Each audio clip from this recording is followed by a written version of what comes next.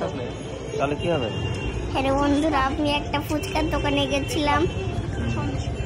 ফুচকাতে বেশ ভালো করছিল। এরকম ফুচকার দোকান, ফুচকা ছিল।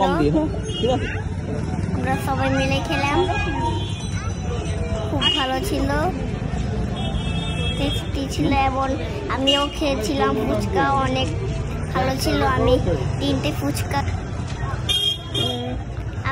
আপনারা যদি ফুচকা খেতে চান বা দুর্গানগর বা দমদম স্টেশনেও খেতে পারেন।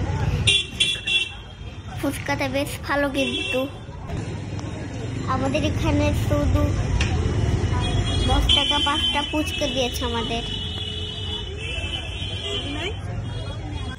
এই ফুচকাটা খেতে চাইলেন আপনারা আসতে পারেন।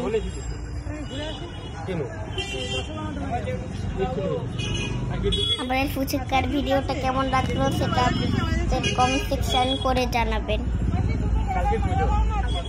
আর লাইক অ্যান্ড সাবস্ক্রাইব করে দেবেন।